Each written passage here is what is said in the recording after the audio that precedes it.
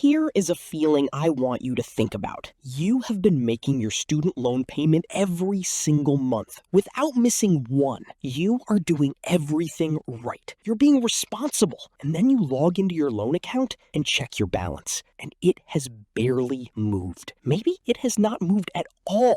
Maybe, and this is the part that makes people want to throw their laptop across the room, maybe it is actually higher than it was when you started. You are paying hundreds of dollars every month, and somehow you are going backwards. And nobody ever explained to you why this is happening or what you were supposed to do about it. That ends today. And I spend way too much time thinking about money, debt mechanics, and the financial systems that most people are handed without any instructions. If you have student loans and you feel stuck, confused, or just quietly furious about how slow this process feels, hit that subscribe button and give this video a thumbs up, because what I am about to tell you is going to change how you approach every single payment from this point forward. Let me start with the thing that nobody explained to you when you signed those loan documents at 18 years old. Student loan interest does not work the way most people think it does. It does not sit quietly in the background and get added to your balance once a year.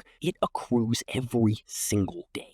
Every morning you wake up, your loan balance has already grown before you have even made your coffee. If you have $30,000 in student loans at 6% interest, that is $4.93 in new interest added to your balance every single day. That is $150 every month in interest alone. So when your minimum payment is $200 a month, only $50 of that is actually touching your principal balance. The other $150 is just covering the interest that has already built up. You are essentially running on a treadmill, moving constantly, but going almost nowhere. This is the minimum payment trap, and it is the single biggest reason people feel like their student loans will never end. Loan servicers set minimum payments at a level that keeps you paying for the full 10, 20, or even 25-year term of the loan. That is not an accident. That is the math working exactly as designed. If you have $30,000 in loans at 6%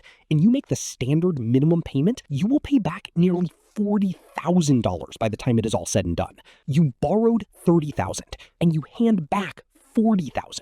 That extra $10,000 went entirely to interest. Money that built nothing for you, bought nothing for you, and did nothing except exist on a spreadsheet at your loan servicer. Now, here is the psychological trap that makes student loans uniquely brutal compared to other kinds of debt. With a credit card, you can see the balance dropping relatively quickly when you throw extra money at it. The feedback loop is fast enough to feel rewarding. But with student loans, especially large ones, the balance moves so slowly that it feels almost pointless to try. So people stop trying.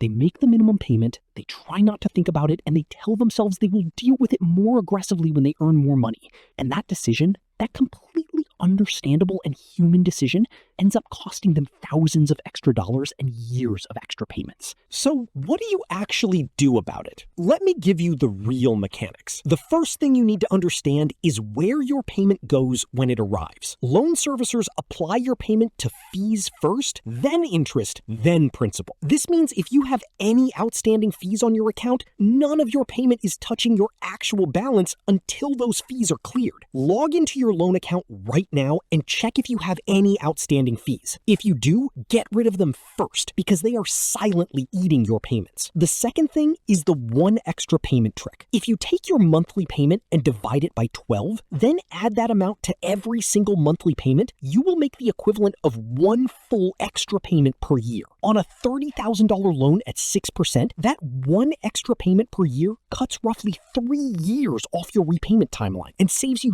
thousands in interest. You barely feel the extra amount each month, but the long-term impact is enormous. This is the simplest and most underrated move in student loan repayment. The third thing is about refinancing, and I need to be very careful here because this is where a lot of people make an expensive mistake. Refinancing your federal student loans into a private loan can lower your interest rate and save you money, but the moment you do that, you permanently lose access to federal protections, income-driven repayment plans, public service loan forgiveness, forbearance options, and any future government relief programs. Gone forever. If you work in the public sector, in healthcare, education, government, or nonprofit work, do not refinance your federal loans. The forgiveness programs available to you are worth far more than the interest savings from refinancing.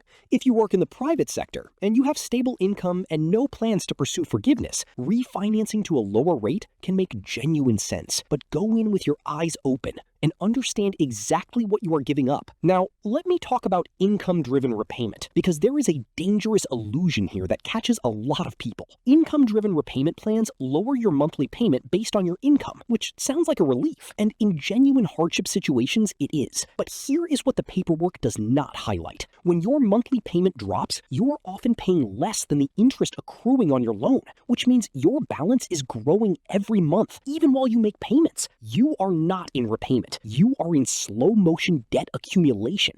Income-driven plans make sense as a safety net when money is truly tight. They are not a long-term strategy for someone who can afford to pay more. And speaking of things that sound like relief but are not, let me talk about forbearance. Forbearance lets you pause your payments temporarily when you are going through financial hardship. Sounds helpful. And again, in a genuine emergency, it is. But the catch? But interest does not pause when your payments do. Every single month your loans sit in forbearance, interest keeps accruing and gets added to your principal balance. People come out of a 12-month forbearance period and their balance is thousands of dollars higher than when they went in. They did not make a single payment and somehow they owe more.